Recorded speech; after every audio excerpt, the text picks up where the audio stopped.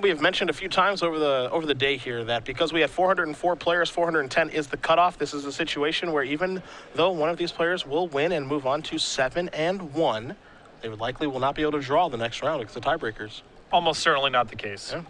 So we're going to be underway here in just a moment between Norton and Neeley. You see Neeley playing blue-white control. He gets to start things off with a Temple of Silence. It's time to scry. Top card's going to go over to the bottom for Norton. Picks up a draw here. We'll see if he's got a 1-drop to get this party started. And Brave Naya's got a pretty big edge in any matchup where its life total isn't being taxed because the threat quality is so high. Norton on 6 cards was still able to start off with a Plains and a Soldier of the Pantheon. A fantastic card against blue-white control. But again, this is blue-white control, not Esper, so they do have access to cards like a Last Breath, like a Celestial Flare, like a Banishing Light, a new one. So Soldier's not the end-all, be-all like it used to be. Still can't be touched by Azorius Charm or Detention Sphere, so Soldier does some good work in the matchup. And start by attacking here for 2. Neeley's going to go down to 18. See if Norton's got a follow-up player. A card like Voice of Resurgence would be quite good right now. And there are 4 copies of this. The threats in this deck: 4 Fleece Mainline, 4 Voice of Resurgence, 4 Boros Reckoner, 4 Dry Militant, 4 Rampager, 3 Soldier of the Pantheon, and 3 Loxodon Smiters. And there's a Temple Guard that's going to come to play on tap. Norton going to go down to 18, so a tie ball game right now. The follow play is going to be a Fleece Main Lion before passing the turn back over to Neeley, who's going to untap. He will take a draw, adds a Hallowed Fountain to his hand.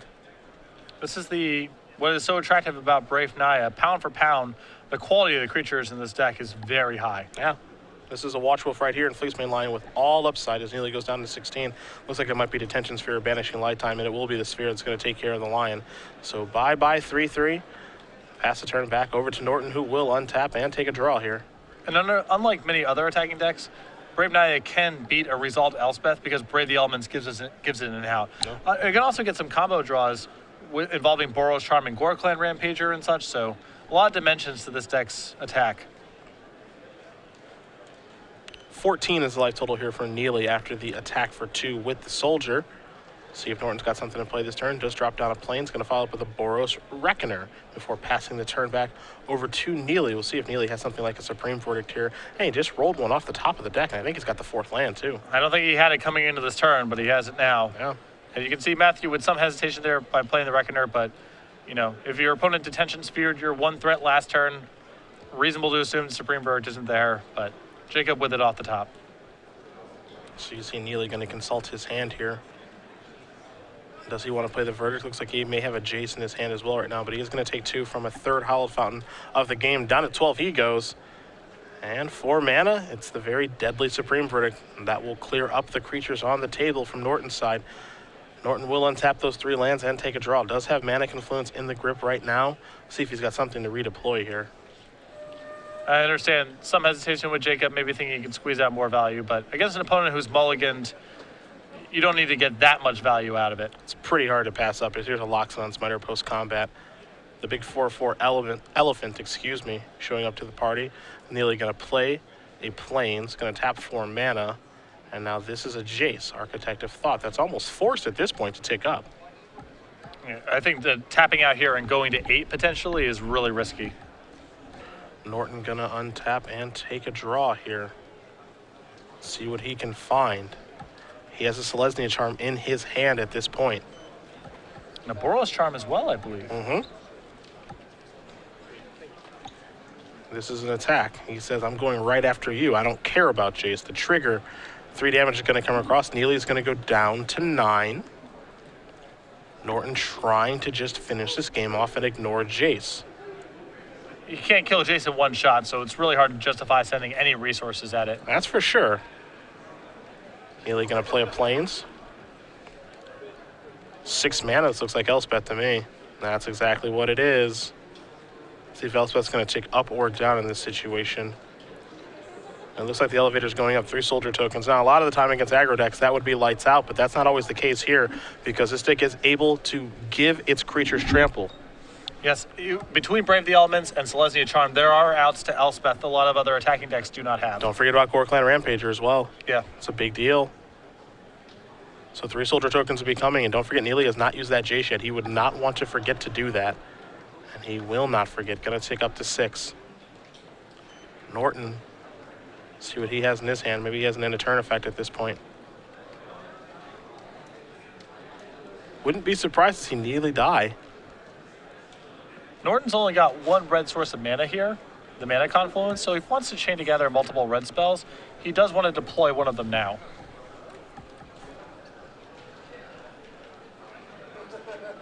We shall see. Yeah, I'm going to see if he's going to fire off one at the end step here. It looks like he has a Boros Charm in his hand that he may want to fire off and hopefully try to draw another one. That could be the situation that he's in right now. Nothing doing. So he's just going to untap. He's going to take a draw here. The tough thing now is the jig is up with you, with Matthew sitting and thinking. Jacob's got to know something's up. Temple Garden going to come into play untapped right away. Interesting.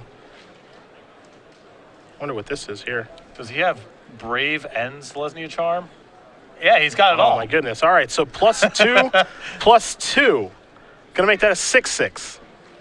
You see he's gonna sequence the spells beautifully here. He's gotta do all the targeting first before giving his creature protection from white. So now, double strike.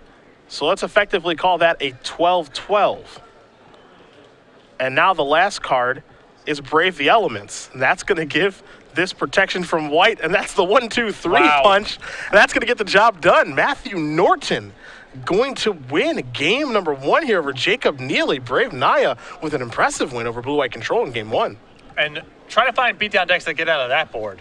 You know, Mulligan on the draw, get hit with the Potential Sphere on 3, Supreme Verdict on 4, a Jace plus on 5, and then an Elspeth on 6. That's a pretty crazy draw for a beatdown deck to get out of. Few and far between. Not a lot of beatdown decks can do that. No. Take a look at the sideboards here. We're going to go to Jacob Neeley first, which I have in front of me. A Faded Retribution, a Blind Obedience, a Pithing Needle, 2 copies of Last Breath, 2 Celestial Flare, an Aetherling, a Negate, a Dispel, 2 copies of Reprisal, a Deicide, and a Nyx Fleece Ram. I love the Ram here. I actually like Reprisal, too. Take a look at targets for that. Smiter would have been a good one, Goreclan Rampager, but also the fact that just the creatures are going to get pumped a lot here, and Reprisal can actually blow out a card like Selesnya Charm or Goreclan Rampager's Blood Rush. Seems pretty nice here. There's a risk of it being dead in your hand, but there's probably enough targets and situations where it's worth a slot. You wouldn't think Dispel would be a good against this deck, but Boros Charm, Selesnya Charm, and Brave the Elements say otherwise. I kind of like that here, too. Well, it depends how much of that Matthew's going to be getting away from post-board. He may want to become more threat-dense and remove, say, for example, remove Selesnya Charm altogether and maybe even remove a couple copies of Brave the Elements, though most likely not all 4. So it's a little rough to bring in that spell when a lot of the instants may be coming out anyway. Do you like Last Breath here? You got the Soldier, Yep. Voice of Resurgence, and Dried Militant. Voice of Resurgence is a good enough justification in my mind. There's other targets as well. Celestial Flare? Yes. Yeah, like that as well. Removal spells that cannot be fizzled by Brave the Elements are at a premium here. Okay. So I like all those kind of cards.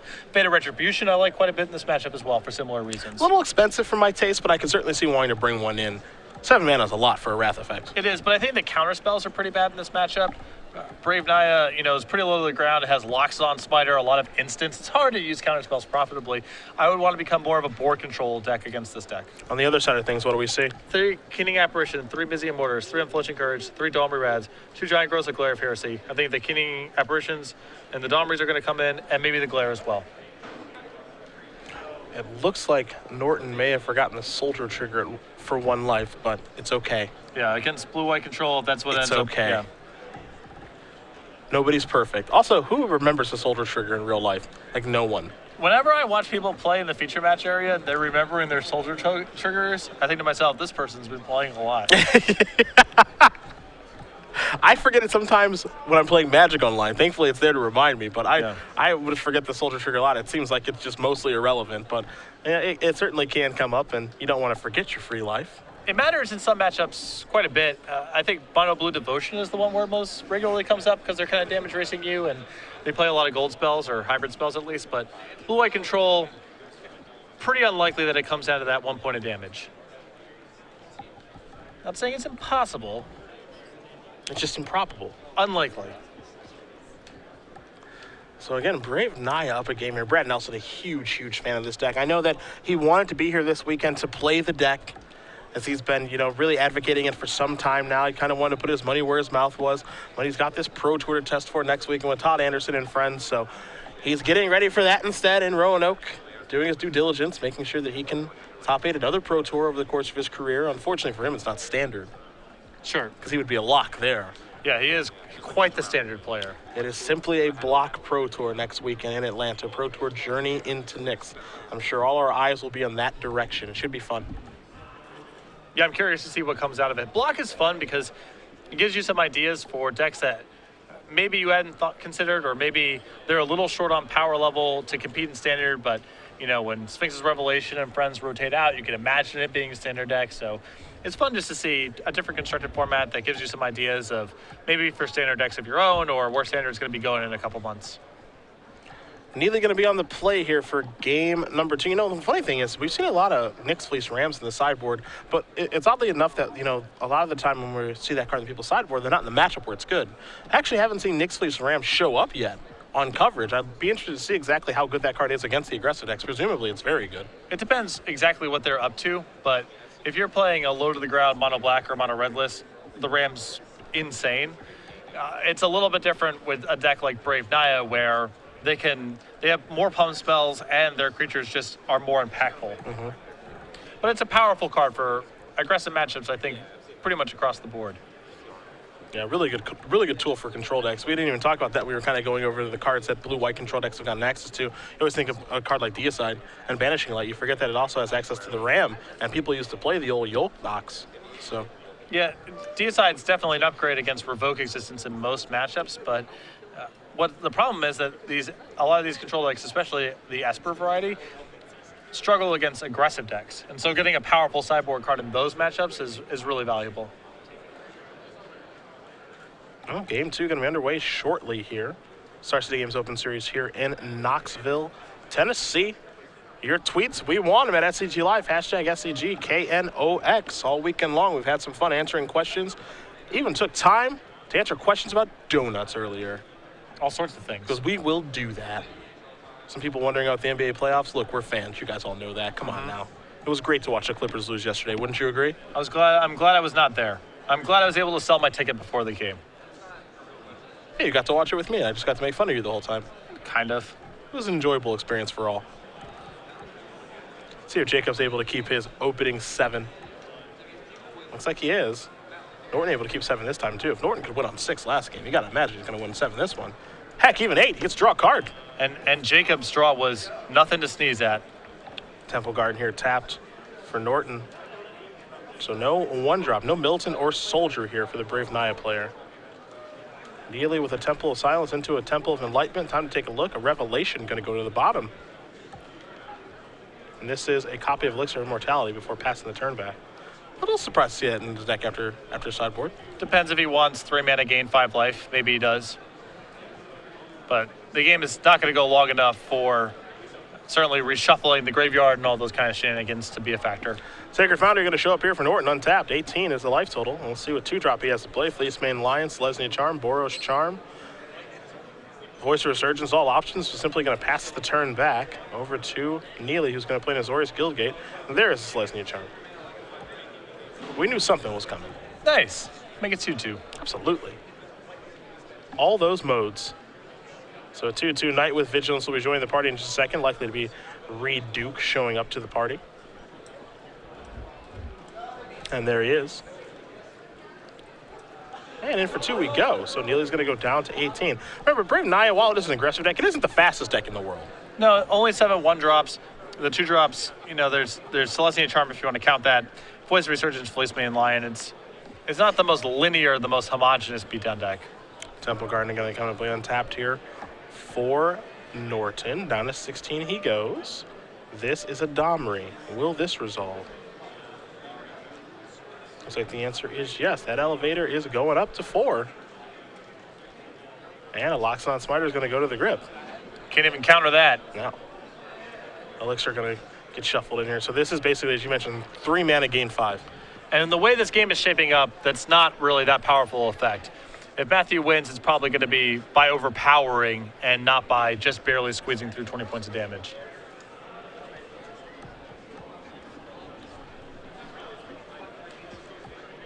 So Domri up at 4, and now you've got Norton coming from 2 different angles. So a small little army there with the Selesnya Charm Knight token, and of course Smiter is probably going to be on the way next turn. But Domri going to force Neeley's hand at some point to take care of that.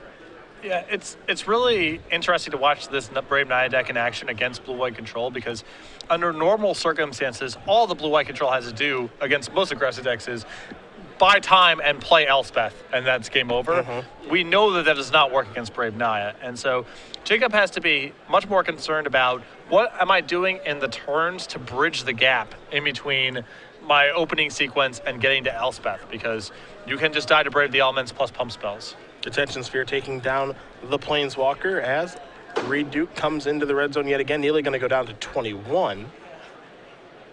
We'll see what Norton wants to do on his fourth turn of the game. Going to just play replacement Domri. Tick that up to 4. Take a look. Doesn't like what he sees, just passing the turn back. Really deciding that, hey, it's really important for me to get this Planeswalker rolling here. There's a Plains for Neeley. Just going to pass the turn back. One turn away, or one land away from an Elspeth. But Jacob can't be too upset with the pacing of this game. I would have to love it if I was him. His life total is so high. Temple of Abandon here for Norton, be able to set up the top of his deck to make sure that Domri does hit, or at least assist it in doing so. Top card's going to go down to the bottom. Domri is going to tick up to 5. Take a look here. That's a hit. It's a Soldier of the Pantheon. These are all pretty low impact in the face of an Elspeth, though. Attack for 2. Going to put Neeley down to 19. 19 on turn 5, huh? Got some real work to get done here. There's a Soldier. Looks like Norton wants to be able to leave up Boros Charm, too, at this point. Very suspicious. Jacob has to know what this represents. Yeah, I mean, you have to imagine that's the case, because he could have played a Smiter if he wanted to. So you have to imagine, okay, well, this is something that you could have here, and Boros Charm is basically screaming at him in the face. If Jacob is without a 6th land, though, he is in some trouble, and it appears that is the case. Selesnya Charm, number 2. Gonna come on down here. Another Night Token here for Norton. So he's doing a pretty nice job of just pacing his threats and, you know, putting out a board while upping his Planeswalker and having Boros Charm at the ready. So you gotta like the way that this is kind of shaping up here. I'm sure Norton would like to be a little bit faster, but I like the pace of this, actually, for the aggro player side. And this is really dangerous stuff if you're Jacob, right? Because you saw what happened last game where your life total got low enough that Elspeth didn't even matter. And you can sort of feel the game getting to this place again where Jacob's only line of play is to tap out for Elspeth and just cross his fingers and hope that that's good enough. And this hit for 6 right now really increases the odds that Elspeth is not going to be good enough. Neeley goes down to 13. We saw Voice of Resurgence revealed from Domri. And it looks like that's probably what Norton's going to play this turn. And there is the 2-2. So that'll force Neeley's hand in a different way as well. As Neeley just has to take a draw here, and I do not think he found his 6th land. And there's no guarantee that when he does find the 6th land that it comes into play untapped. And he has to respect the possibility of Boros Charm through all this as well, because of the sequencing a couple turns ago, electing not to cast Loxodon Splinter and going down this road instead. There's the Supreme Verdict, and this is the Boros Charm that you did mention. And that's going to make everything indestructible. So that's going to counter Supreme Verdict all by itself. None of the creatures here from Norton are going to die. And all Neeley can do is pass the turn back right now. And you see Norton does point to his Soldier, says, I get a life, you know. Yeah! Attaboy. Way to go, Matt. See a little bit of a smile on his face. It's a tough one to remember. As Norton does draw his card for the turn. Kind of in the driver's seat right now. Domri Ultimate being threatened. I think he has Giant Growth in hand, too. He might be comboing out this turn. Brad loved that card in his deck. Here's an attack for 2, 4, 5, 6, 7, 8. Oh, no. Oh, no. Is this the 1-2 punch? 3, 4, 5, 6, 7, 8, 9, 10, 11. Going to put you down to 2? And a Boros Charm as well? That is it. Matthew Norton defeats Jacob Neeley 2-0. Brave Naya 7-1, my friend. Yeah, Jacob had a 1-turn window there to have his 6th land on time to cast Elspeth. And after that, it wasn't even going to be good anyway, I suspect. And Matthew's tricks were just able to win the day. It's a weird aggro deck. It's a little bit feisty. You know, it's not low to the ground like maybe mono black aggro or mono red. You know, its creatures are a little bit bigger. It doesn't kill you as fast, but it's got some more durability due to the charms, the flexibility of those cards, and the power of Brave the Elements. You can argue, you know, one of the most underplayed cards given its power level in Standard. Yeah, it is super, super powerful. And this deck uses it to very good effect. In White Weenie decks, you're basically using Brave just to win the game, because saving any individual threat is not really worth the card. You play a bunch of 2/1s for 1 and so forth. The Brave Nihilist, you're looking at Lockstone Smiter, Fleece Mane Lion. These are really powerful threats to keep alive. These are powerful threats to fizzle a removal spell against. So Brave can still play the role of winning the game when the game gets scummed down a little bit.